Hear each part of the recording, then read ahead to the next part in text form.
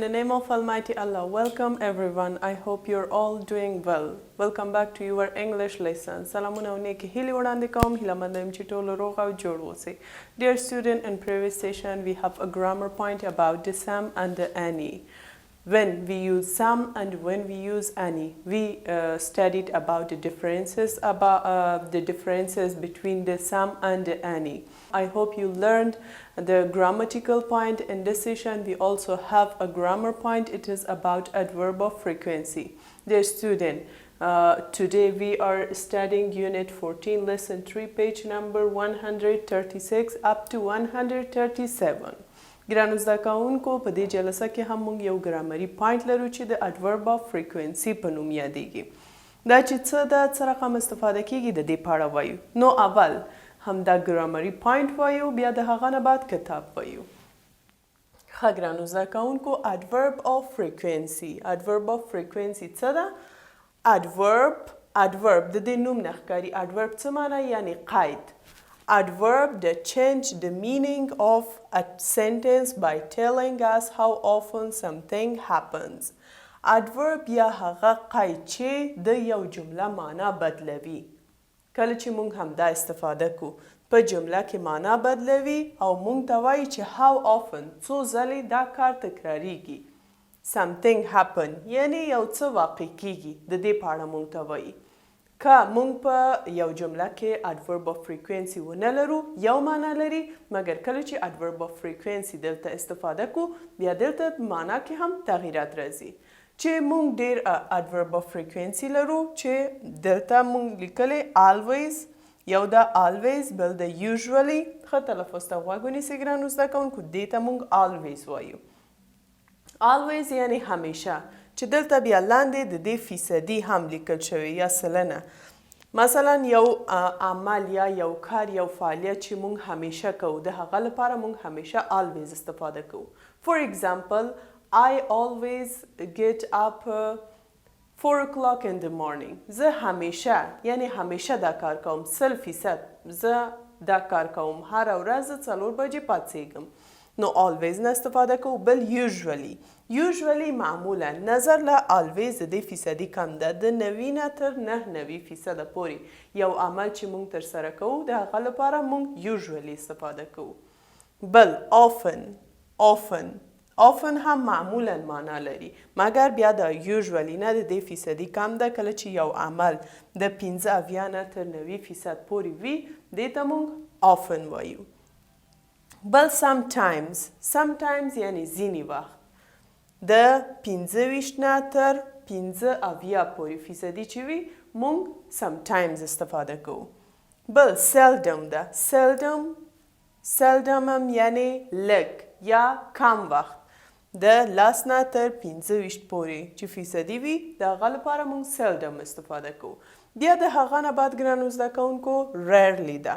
rarely ندرتاً یعنی بیخی کم، د seldom نه هم کم، د 1 نه تر 10% پورې وي. دلته موږ د کوم adverb of frequency نه استفاده کوو؟ د rarely نه استفاده کوو. یو بل adverb of frequency لرو ګرانو زده کوونکو چې never ده. کله چې مثلا موږ یو کار هیڅ وخت نه کوو، 0% وي، نو دلته موږ د never نه استفاده کوو. مثلا دلته لیکم never.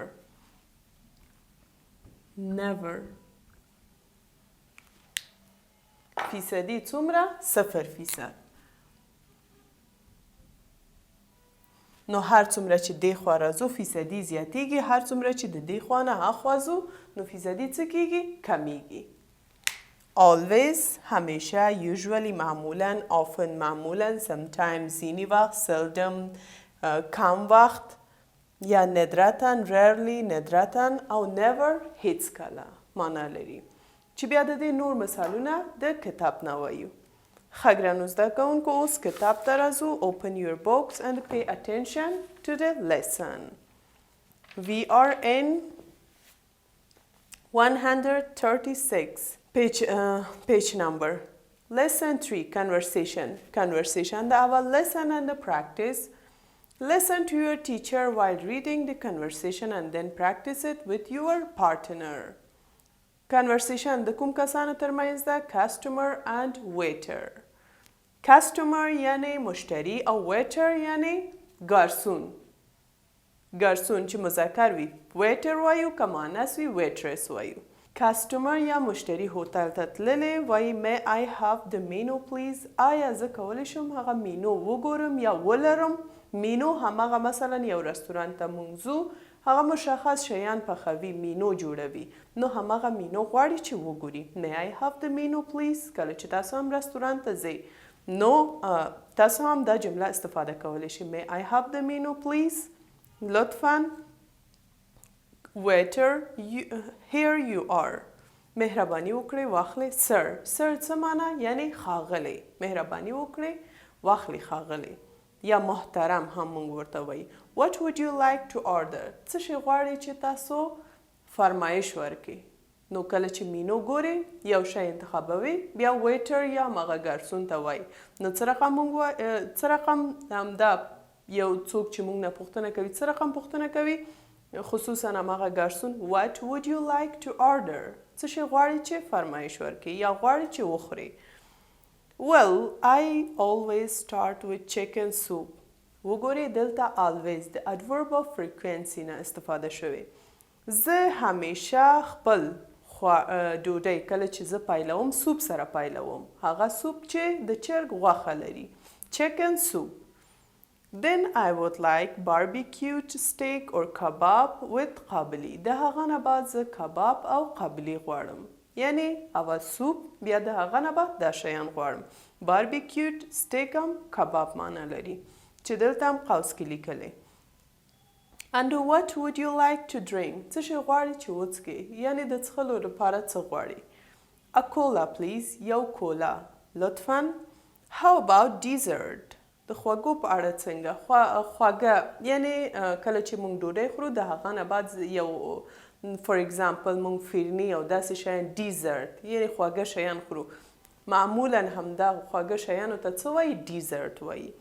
I never take dessert. زه هیڅ کلم ډیزرت یا هماغه خواږه شیان نه خورم. but I would have a cup of tea. مګر زه یو ګیلاس چای غواړم چې وڅښم.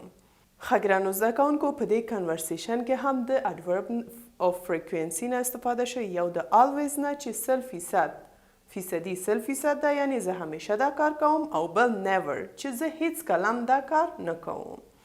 What would you like to eat when you go to a restaurant? Why. کله چې تاسو رستورانت ته ځئ څه شی غواړئ چې وخورئ او دلیل یې څه ده؟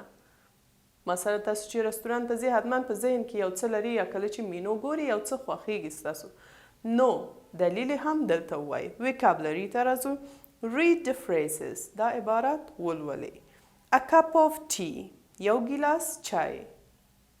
نو دلته عبارت ته وګورئ ګرانو زده کوونکو. ګیلاس د اوبه لپاره مونږ ګیلاس استفاده کولی شو، مګر کله چې د چای څښلو او د اوبه څښلو هماغه ګیلاسونه فرق کوي. نو کله چې مونږ چای څښو هغه ته څه وایو؟ a cup یعنی کپ وایو. a cup of tea یو ګیلاس چای. a pot of tea. pot یعنی یو چاینک چای. a piece of cake یو ټوټه کیک. a glass of juice یو ګیلاس جوس. a bottle of water یو بوتل اوبه.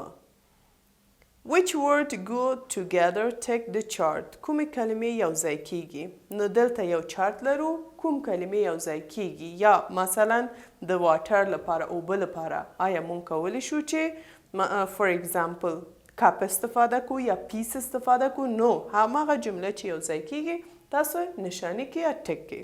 فور ایگزامپل اول واټر لرو، بیا کافی، بریډ، چیز. دلته بیا هماغه شیان هم لیکل شوی. کله چې مونږ اوبه غواړو مونږ نه وایو چې یو a pot of water. دا غلط راځي ځکه چې د ټی لپاره مونږ پاټ استفاده کوو. نو دلته په واټر کې بوتل او ګلاس ټک مارک کې. بل کافی ته راځو. آیا په کوم وخت تاسو کافی په بوتل کې څښلی؟ نه دی څښلی. نو همدې لپاره ګرانو زده کوونکو مونږ یوازې پاټ او بل کپ هم استفاده کولی شو. البته پاټ هم معمول نه ده، کپ. a cup of coffee. نو کپ ټک مارک کې. بریډ یعنی ډوډۍ. نو کوم یو صحیح ده ګرانو زده کوونکو؟ اخرنی پیس صحیح ده. a piece of bread. کپ هم موږ استفاده کولی نه شو، ګلاس، بوتل او پاټ دا ټول د بریډ لپاره غلط راځي. چیز یا پنیر د دې لپاره موږ کوم یو انتخاب کو؟ هماغه پیس صحیح ده. piece of cheese. بل صفحې ته راځو. lesson 3 grammar. adverb of frequency چې دلته موږ تشریح وکړه. our school always start by the 3rd of Hamel or 23rd of March. ښه ګرانو زده کوونکو دلته څه ویلې؟ یو خو د adverb of frequency نه استفاده شوی. always یعنی همیشه. همیشه زموږ ښوونځی د حمل په 3مه کې یا 23م د مارچ 23مه کې پیلیږي یا شروع کیږي. we usually have 50 days holiday in the summer. موږ معمولاً 15 ورځې رخصتي لرو په اوړي کې. I often do my homework at home. زه معمولاً خپل کورنۍ دنده په کور کې ترسره کوم. We sometimes do our homework in the class. موږ ځینې وخت خپل کورنۍ دنده په صنف کې هم ترسره کوو. I never neglect my homework. زه هیڅکله خپل کورنۍ دنده کې غفلت نه کوم. یعنی داسې نه کوم چې خپل کورنۍ دنده ترسره نه کوم.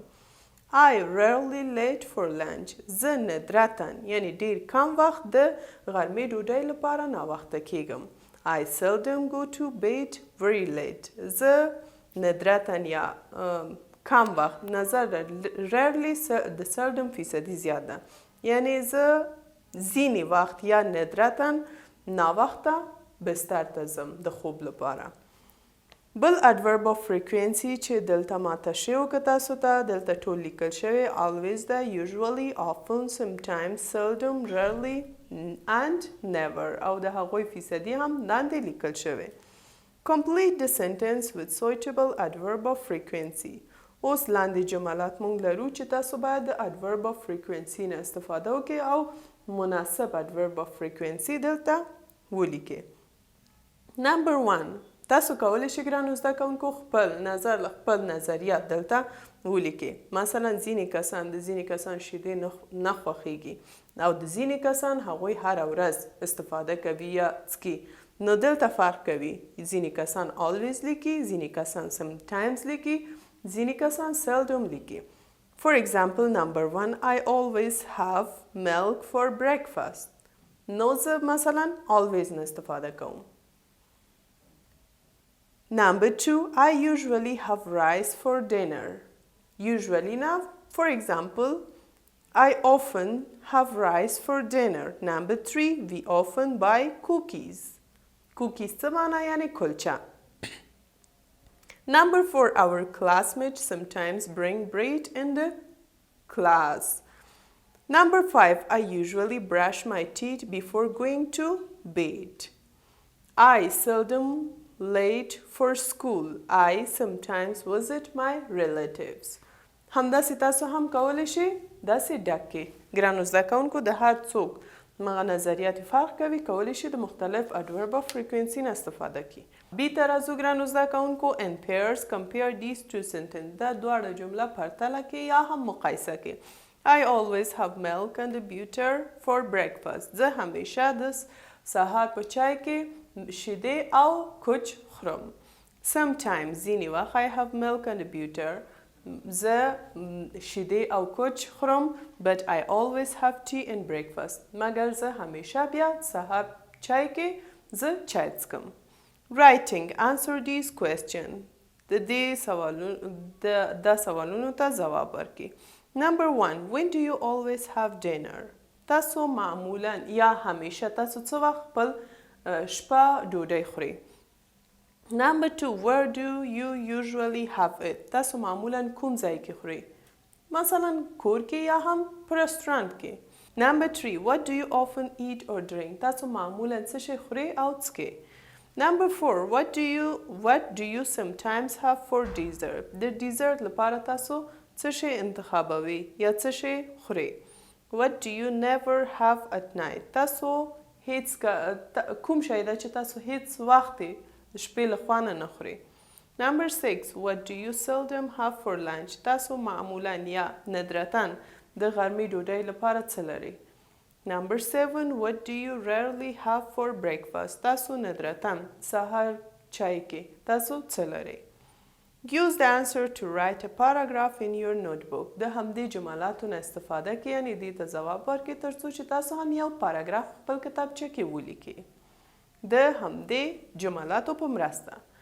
ښه ګرانو زده کوونکو نو دا و زموږ نننی موضوع چې lesson 3 یو ګرامري پوینټ adverb of frequency موږ وویل چې د څه لپاره استفاده کیږي او د هغوی فیصدي هم دلته لیکل شوی. تاسو کولی شئ چې د هر adverb of frequency لپاره دوه جمله جوړ کړئ او بل کورنۍ دنده چې دلته لیکل شوی تاسو باید خپل کتابچه کې یو پاراګراف ولیکئ.